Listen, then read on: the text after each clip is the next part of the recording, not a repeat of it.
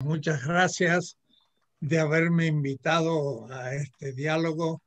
Sí, el tema de la descolonización se origina históricamente no hace mucho y sobre todo entre intelectuales del Caribe, porque América Latina, diría yo, hispana, continental y también lusitana como Brasil, teníamos ya claridad sobre que nos habíamos emancipado de España.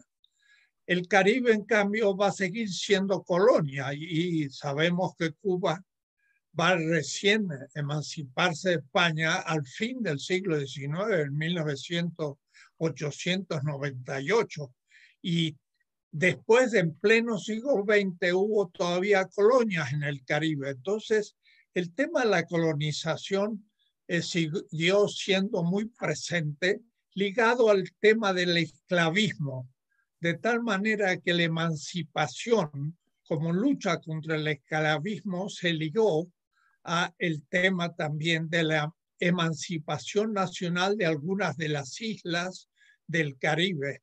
De ahí que ellos siguieron elaborando una visión de izquierda, pero que no era tan clasista en el sentido de lucha de clases, sino que descubrió el sentido racial de la dominación en el Caribe y la lucha todavía del colonialismo. Puerto Rico todavía sigue siendo un estado, pero un estado en estado secundario, una semicolonia interna de Estados Unidos. Y entonces los caribeños plantearon el tema de la descolonización desde donde Aníbal Quijano, que en Binghamton estaba en relación con Wallerstein y también conocimiento del pensamiento caribeño, lo aplicó a América Latina y descubrió el tema del racismo como el tema quizás de clasificación social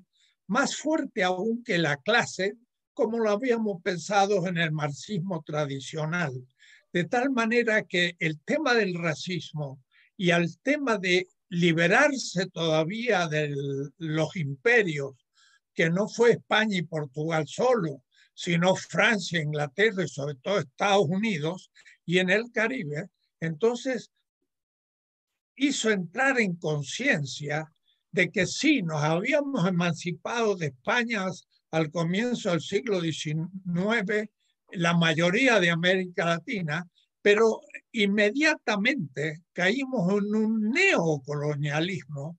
Y miren, en el tema de la deuda externa, por ejemplo, en no bien terminada la emancipación 1822, el gobierno de Rivadavia en Argentina hace un empréstito a un capital financiero inglés que le lleva a cubrir ese empréstito, esa deuda externa, casi todo el siglo XIX, porque de inmediato el plata, que era colonia española, pasó prácticamente a ser una colonia o una neocolonia inglesa, y lo mismo acontecía con Brasil, y el Caribe seguía dependiendo del mundo anglosajón y sobre todo norteamericano, que reemplazó a España.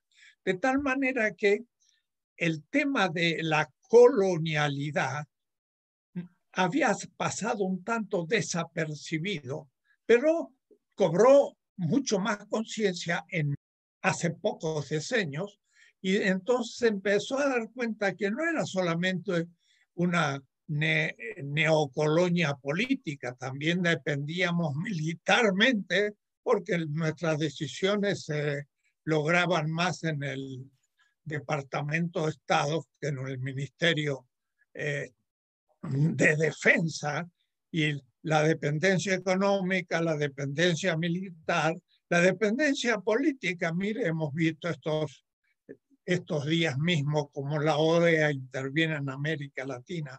Es decir, un tema fundamental y epistemológico, por último, porque seguimos siendo eurocéntricos aún en las universidades y en la concepción teórica de la historia, de la sociología, de todas las ciencias, sean estas ciencias físicas, naturales o humanísticas, Europa sigue siendo el centro. Somos en las universidades, una élite eurocéntrica que piensa América Latina desde Europa. Y por eso entonces era necesario cambiar el lugar, como le llamamos, el lugar de enunciación, en latín locus enunciationis. ¿Desde dónde yo hablo? Hablo desde Berlín, desde París, desde New York, o hablo desde México, Sao Paulo, Buenos Aires. ¿Dónde me sitúo? Y aún en nuestros países, como decía Pablo González Casanova, había un colonialismo interno, como también lo decía Stavenhagen. Y entonces éramos dominados por una élite eurocéntrica que nos entendía desde las categorías y las ciencias sociales y físico-naturales europeas, norteamericanas, y siempre vistos como objeto, pero nunca sujeto de creación. Y entonces la ruptura se produce aproximadamente hace 2 decenios, no mucho más, que empezó en la crítica a la dependencia, en la teoría de la dependencia, y poco a poco fuimos ya encontrando un lugar de enunciación y un lenguaje distinto y categorías de interpretación. Y entonces van surgiendo en América Latina nueva interpretación de la realidad descolonizada en el sentido que pensamos desde nosotros mismos lo que ha acontecido con nuestro continente desde la invasión, es decir, 1492, y el genocidio que se produjo con nuestros pueblos originarios, que lo hemos ignorado y que están como fuera de la historia. Es toda una revolución teórica, práctica y política, porque ahora sí hay que empezar a afirmar la soberanía popular, porque el sujeto del poder es el pueblo y no el Estado, y menos un Estado dependiente y corrupto por las potencias extranjeras. Me dieron unos pocos minutos para iniciar el tema y creo que ya más o menos lo he cumplido. Descolonización epistemológica significa empezar a pensar con nuestra propia cabeza de mexicano, de latinoamericano, de caribeño, desde los pueblos originarios indígenas, desde los esclavos y desde el pueblo. Y desde ahí reconstruir las ciencias y la interpretación sobre nosotros mismos. Y esto es el supuesto del ejercicio después del poder, porque según nos interpretemos, podremos entonces vincularnos a las potencias como europeas, norteamericanas, y ahora chinas, hindúes, árabes, bantúes, africanas, que son los grandes polos culturales del mundo presente.